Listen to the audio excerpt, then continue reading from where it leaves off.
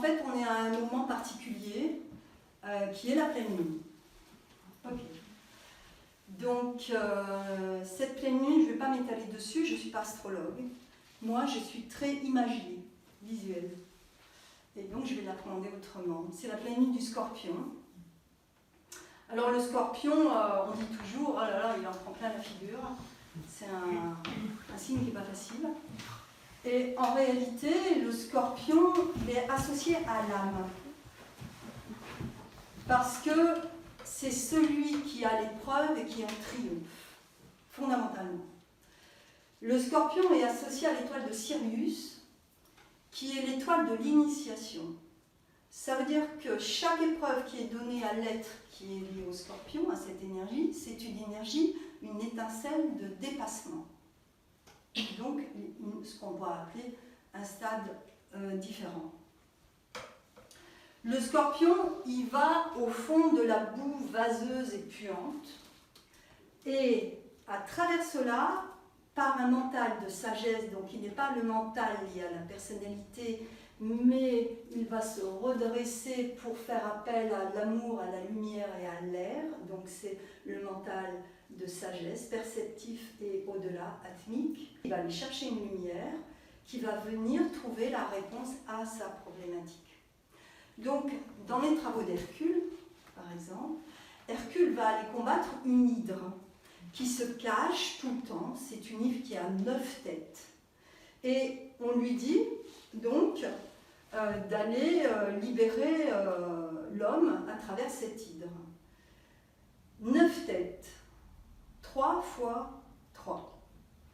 3 aspects liés à la personnalité. 3 aspects qu'on pourrait appeler des points de faiblesse. Ça veut dire qu'on demande à Hercule d'aller travailler en lui cette phase de personnalité des 3 corps, physique, émotionnel, mental, pour arriver à aller cueillir une lumière christique qui va pouvoir répondre et transcender sa problématique. Donc, le Scorpion est fondamentalement lié à ce qu'on appelle la mort, puisque quand on maîtrise des aspects, que ce soit au niveau du corps physique, quelqu'un qui est boulimique, qui arrive à réguler cela, il fait une mort, c'est-à-dire qu'en fait, il passe d'un état à un autre. Celui qui fait ça au niveau émotionnel, parce qu'il est jaloux, etc., et il arrive à libérer ça, il fait une mort émotionnelle, mais il est vivant, mais il fait une mort émotionnelle. Donc en fait, il passe d'un état à un autre. Au niveau du mental, la manipulation, etc., c'est pareil, symétrie, etc. Donc en fait, c'est tout le travail du Scorpion qui est derrière. Il est lié à la mort, mais il y a toujours cette étincelle christique, en fait, qui est liée à Sirius. Sirius, c'est l'étoile qui représente le cœur du soleil. Donc c'est vraiment celui qui apporte l'amour profondément pour nous, lié au système solaire. Il représente également un des aspects plus matière, si on peut dire, du Christ. C'est un aspect substance du Christ, d'une certaine manière. Donc le fait de le révéler en nous, en essayant de libérer certains aspects, d'en prendre conscience, etc., c'est le travail du Scorpion. Et il est fondamentalement lié à la régénérescence, puisqu'il apporte cette lumière qui vient d'élever. Donc quand Hercule combat, d'abord il essaie de couper des têtes, donc les têtes liées à quoi? À l'orgueil, des têtes liées à la séparativité, des têtes liées au sexe, des têtes liées au confort matériel, etc. Donc 9. Donc en fait, sur le plan physique, il y a le sexe, le confort et l'argent. Sur le corps émotionnel, il y a la peur, la haine et la soif de pouvoir. Donc c'est la liquidité derrière. L'ambition, en réalité, c'est la soif de pouvoir. Et sur le plan mental, c'est l'orgueil, la cruauté et la séparativité. Penser que je suis l'élite, penser que je suis mieux que les autres. C'est toujours le jeu là qui n'arrive pas à se libérer, alors que sur le fond, l'âme ne peut s'intégrer que quand elle commence à appréhender le nous. Déjà là. Donc il coupe les têtes et les têtes repoussent.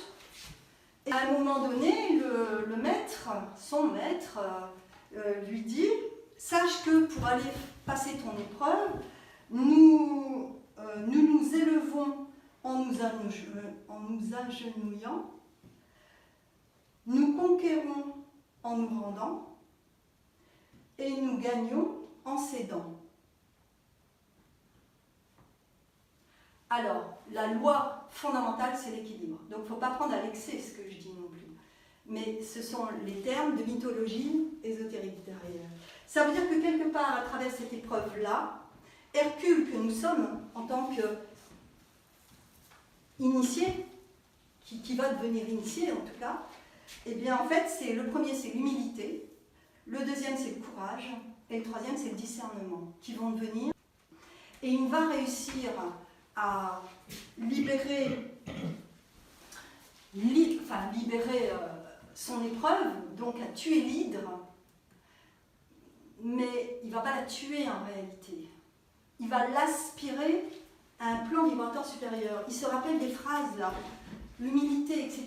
Donc il met les genoux à terre, il prend l'hydre à une tête qui est immortelle parce que la tête centrale de l'hydre, c'est un nombre impair, la tête centrale de l'hydre a le pouvoir d'immortalité. Ça veut dire que ce pouvoir d'immortalité, ça veut dire que dans chaque acte négatif que nous vivons, a priori négatif en souffrance, il y a toujours l'étincelle de la solution à l'intérieur qui va vous emmener christiquement à une progression de vous-même.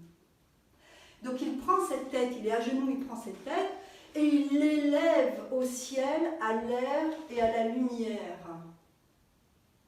Alors, l'air, on est sur le mental supérieur, la lumière, on est sur le plan bouddhique. Ça veut dire en fait qu'elle devient cette bête, cette hydre, était nourrie par la vase et la puanteur des défauts humains. Si elle est alimentée par de la lumière, en réalité, non seulement elle s'assèche, mais elle se transforme. C'est la symbolique du scorpion. Ce qui veut dire qu'actuellement est un moment propice pour essayer de faire attention à notre fonctionnement lié à notre personnalité, pour que ce qu'on appelle l'âme ou l'être christique arrive véritablement à se mettre en force, à rayonner et à exprimer vraiment ce que nous sommes à l'intérieur profondément. Je vais vous emmener sur un autre terrain.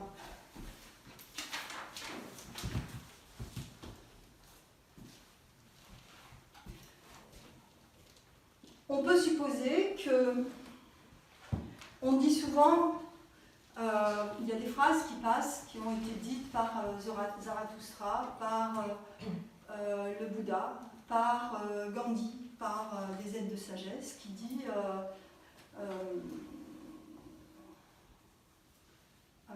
œuvrer sur soi, c'est transformer le monde. Enfin, c'est une phrase qui revient, elle est mal dite, mais ça veut dire ça. Je vais juste expliquer pourquoi, mettre un sens à ça pour vous, parce que c'est important. Quand l'être œuvre au niveau amour, donc c'est son âme, c'est l'aspect bouddhique qui va se mettre vraiment en charge.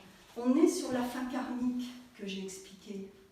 Quand il prend considération du nous et qu'il veut se mettre à servir, à œuvrer, etc., il se met en œuvre. En réalité, il est en train tout doucement de passer sur le troisième cycle que j'ai évoqué, la volonté du bien de l'ensemble. Au fur et à mesure, il va venir se caler là-dessus. Ça veut dire que son niveau de conscience, comment il réagit tous les jours dans le quotidien, par rapport à son voisin, par rapport à un tel, par rapport à cette problématique, etc. Je vous ai expliqué les corps, le mental perceptif, le corps bouddhique christique, le corps atmique, la pensée universelle, et le corps monadique. Eh bien, pouvons-nous considérer que quand nous nous incorporons dans un champ de conscience qui est nous, eh bien, dans ce corps mental des perceptions qui va nous donner la possibilité de cueillir l'intuition, de cueillir après la clairvoyance, etc., au niveau des facultés. Ce corps mental représente de la substance du corps physique, de l'être qui gère notre planète. Quand on œuvre avec un cœur dans une vibration christique, donc notre niveau de conscience vraiment se met en œuvre au service, au secours, avec sagesse, on rentre nos corps angéliques, archangéliques à ce niveau-là dont je vous ai parlé, eh bien c'est de la substance qui est liée au corps émotionnel de l'être On ne sait pas mettre de nom, mais c'est un dieu pour nous, c'est celui qui gère notre planète. On peut l'appeler l'homme céleste ou quoi. Mais en fait, c'est son corps émotionnel que nous travaillons. Nous sommes dans sa substance. Quand nous œuvrons sur le plan atmique, dans véritablement cette notion de service beaucoup plus affirmée, avec cette liaison intérieure qui est liée à la source, qui commence déjà à travailler, les épousailles de la Sakti qui se font, etc., nous utilisons de la substance qui constitue nos corps et qui vient nous englober dans notre réalité, qui est de la substance du corps mental, du mental de l'homme céleste, de l'être qui gère notre planète. Quand nous parvenons à cette unité de conscience, parce que intérieurement, tout l'amour dans les différents plans vibratoires que nous constituons et qui n'est qu'une totalité d'amour en réalité, donc tous les aspects christiques des différents plans qui s'alignent, en réalité nous sommes la source et notre substance, la substance de nos corps est constituée de l'âme, de l'être qui gère notre planète. Donc quand on dit travailler sur vous parce que vous contribuez à l'état du monde, en réalité, c'est parfaitement exact puisque nous travaillons la substance du monde.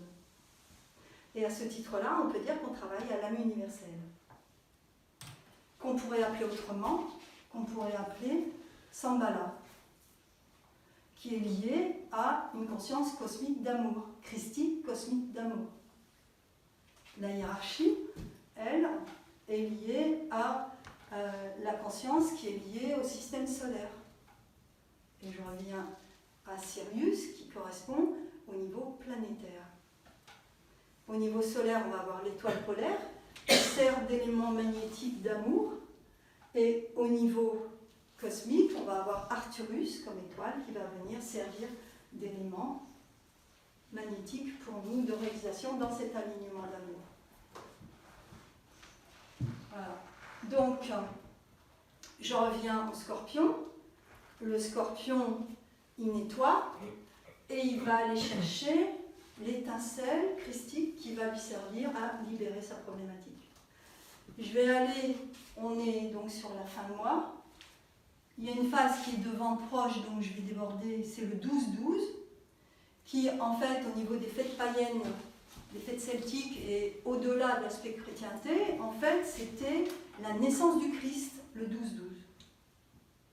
Donc il y a un lien direct entre la sortie du scorpion et la naissance du Christ qu'il va pouvoir mettre en œuvre en réalité dans le Sagittaire, qui est le cheval, la maîtrise de son corps de personnalité, de ses trois corps, et le fait de tendre vers l'aspect christique, de voir à travers, de mettre en action l'aspect christique.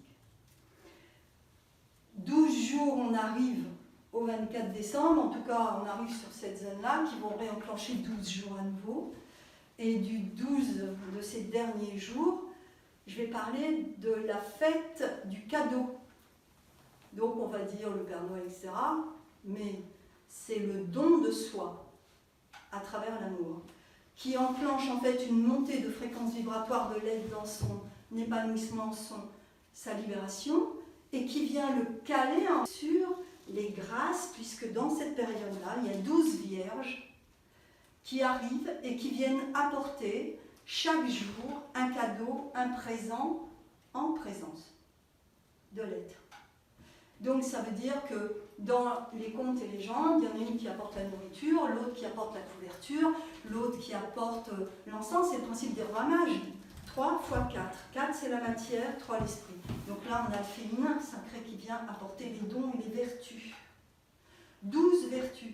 Donc on peut imaginer que les 9 problématiques, à un moment donné, puissent se remplacer par 12 vertus qui correspondent en réalité au corps bouddhique de l'être dans son fonctionnement. Donc c'est l'être solaire, le Christ en soi, qui vient illuminer toute la personnalité déjà dans cette première fusion. Donc on peut penser qu'au lieu d'avoir ces problématiques, elles se transposent parce que le sexe, en fait, c'est véritablement la loi d'union des opposés. Donc l'attraction-répulsion.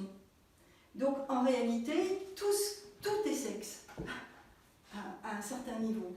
Mais là, c'est plus Mars qui travaille au niveau du Scorpion, et donc ça va être beaucoup plus lié au corps, à la matière, au côté guerrier, etc. Mais tout ça se transforme. Donc en fait, ce que je fais là, c'est que je vous invite à prendre conscience que cette énergie que nous allons travailler, vous pouvez l'emmener jusqu'à début janvier, à travers le Sagittaire qui maîtrise sa monture et qui pointe vers l'âme de cet écristique, pour développer les différentes vertus qui vont venir contrebalancer littéralement nos aspects de personnalité. C'est l'histoire de mettre des mots pour que vous ayez conscience que ces points de faiblesse en fait se transcendent dans des qualités de fonctionnement, et c'est tout un travail qui peut vraiment être fait là entre maintenant et janvier. Je vais finir par un élément, c'est que le Scorpion, il aspire à, parce que forcément dans cette loi d'amour, il veut épouser son opposé. Son opposé, c'est le Taureau. Le Taureau, c'est fondamentalement l'illumination, c'est Aldébaran. Tout notre système émane de l'œil du Taureau, de la constellation du Taureau, et on pourrait dire c'est la grande mère universelle. Et donc ça veut dire qu'il travaille la substance pour la mettre en lumière. Le Scorpion, qui va aller travailler avec le Taureau, va descendre au plus profond de la matière. Le bœuf, la vache, le taureau, c'est la même symbolique, à travers Minos, mais aussi à travers Mitra et toutes les symboliques des religions, etc. Il travaille la substance pour venir la mettre en lumière de manière christique. Et le taureau, c'est l'illumination. Il est en face. D'un côté, il a les poissons qui vont être le rédempteur, donc la manière de transformer, d'élever la substance pour venir la mettre en lumière. Et de l'autre côté, l'étoile qui travaille avec lui, c'est Sirius, qui est l'étoile du chien, Canis, qui correspond aux canicules, qui appartient à la constellation du Lion, et qui va être l'initiateur.